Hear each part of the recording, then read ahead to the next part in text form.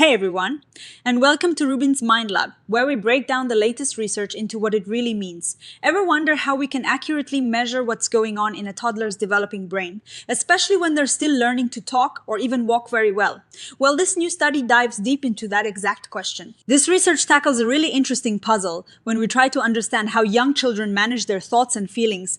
There are a few different ways to measure it. We can give them little tests, we can ask their parents, and we can watch how they behave. But do these different methods tell us the same story? And does it matter if a child is neurodivergent, meaning they might have autism or ADHD features? That's what this study set out to discover with a group of 110 toddlers, all around 20 months old. So imagine you are trying to figure out how good a toddler is at, say, stopping themselves from doing something they shouldn't, or remembering instructions. You could have them do a specific task in a lab, like trying not to touch a tempting toy. Or you could ask their parents, does your child usually listen when you say no? Or you could have a researcher watch them play and see how well they manage their impulses and attention. This study brought together all three of these approaches, the actual task performance, what the parents reported, and what the researchers observed. They had these 20-month-old toddlers do a bunch of fun-sounding tasks. Think of things like a shape box game or a touchscreen game where they had to remember which star to tap. They also did some problem-solving boxes and a task that tests their ability to resist touching something they're not supposed to, sort of like a don't-touch game. Then, to get the parents' perspective, they used a questionnaire called the Early Executive Functions Questionnaire, or EEFQ. This asked parents about their child's everyday behaviors related to things like self-control and remembering things. And finally, the researchers themselves filled out a checklist, the Adapted Toddler Self-Regulation Assessment, rating the child's behavior during the tasks in terms of their emotional control, attention, and behavior. Now, the first thing they wanted to know was if the kids were actually good at the tasks themselves. They had several distinct tasks aiming to measure different parts of executive functions like cognitive flexibility, working memory, and inhibitory control. They checked if scores on these different tasks were related to each other. And mostly they found they were. This is great because it means they could combine the scores from these tasks into one overall measure of performance. This suggests that even though the tasks were a bit different, they were all tapping into similar underlying skills of executive function in these young toddlers. The really juicy stuff comes when they compared these different measurement methods. They wanted to see if the kids who did well on the tasks were also rated as having good executive functions by their parents, or if the observers thought they were good at self-regulation. And here is what they found. There were moderate positive associations between all these measures. Except when it came to parent ratings of emotion regulation and the actual performance tasks. This means that, to a good extent, what the parents reported about their child's cognitive skills, what the researchers observed during the tests, and how well the kids performed on the tests generally lined up. It's like different windows looking at the same landscape, and you're seeing a similar picture. However, parent reports about their child's emotion regulation didn't strongly connect with how the child performed on the cognitive tasks. This is interesting.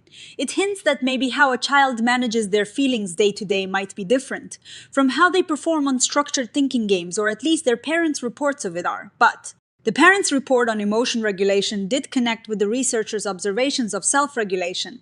This suggests that observers might be picking up on the emotional aspects of self-regulation that parents are reporting. Now, a crucial part of this study was looking at whether these connections change for children who had a higher likelihood of autism or ADHD, or those who showed more autistic traits. This is super important because we know that executive functions can be a challenge for individuals with these profiles. What they found was a bit nuanced. Autistic traits did seem to play a role in how strongly the parent reported cognitive EF scores and parent-reported emotion regulation scores were related. Specifically, the connection between cognitive EF and emotion regulation as reported by parents was stronger for children with low levels of autistic traits than for those with high levels. This suggests that for children who are more typically developing, their everyday cognitive skills and their emotional regulation might be more closely linked. According to their parents, for children with higher autistic traits, these two aspects might be more separate in how parents perceive them. Interestingly, they didn't find many other significant moderation effects. This means that for most of the measures they looked at, the connection between performance, parent reports, and researcher observations was pretty similar whether the child had a high or low likelihood of autism or ADHD. This is really encouraging. It suggests that these ways of measuring EF are generally working similarly across both neurotypical and neurodivergent toddlers in this age group. The likelihood of autism ADHD did moderate one specific relationship. but the overall picture is one of surprising consistency. So what's the big takeaway from all this? Well, this study shows that at 20 months old, we can get a reasonably consistent picture of a toddler's executive functions using a combination of different methods. The fact that performance on a suite of tasks correlated with parent reports of cognitive EF and researcher observations of self. Regulation is a big deal, especially for such young children where measuring these skills is tricky. It basically says that while a child's day-to-day emotional regulation, as reported by parents, might not directly show up in their performance on specific cognitive tasks, it does seem to align with how observers see their overall self-regulation. And parent reported cognitive EF and emotion regulation are more closely linked in typically developing toddlers.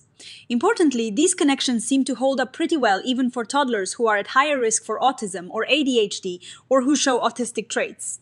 This is significant because it suggests that our tools for understanding early executive functions might be able to work for a diverse range of children. Of course, no study is perfect. The researchers pointed out that they had a relatively small number of children with high autistic traits, which might have made it harder to spot some potential differences. They also noted that their sample was from a high-income country, and it would be great to see if these results hold true in different cultural and economic settings. Things like how much time kids spend in childcare or their family's socioeconomic status could also influence how well these different measures align and are worth exploring further. In a nutshell, this research tells us that at 20 months old, we can measure executive functions and self-regulation in toddlerhood with a decent amount of confidence across different methods, performance tasks, parent reports, and researcher observations.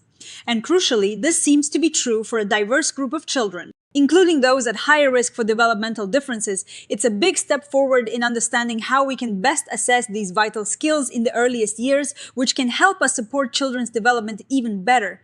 What do you think about these findings? Does it surprise you that parent-reported emotion regulation didn't strongly link with task performance? Let us know in the comments below. If you found this breakdown helpful, please give it a thumbs up, subscribe to RUBIN'S Mind Lab for more science made simple, and hit that notification bell so you don't miss our next video. Thanks for watching, and we'll see you next time.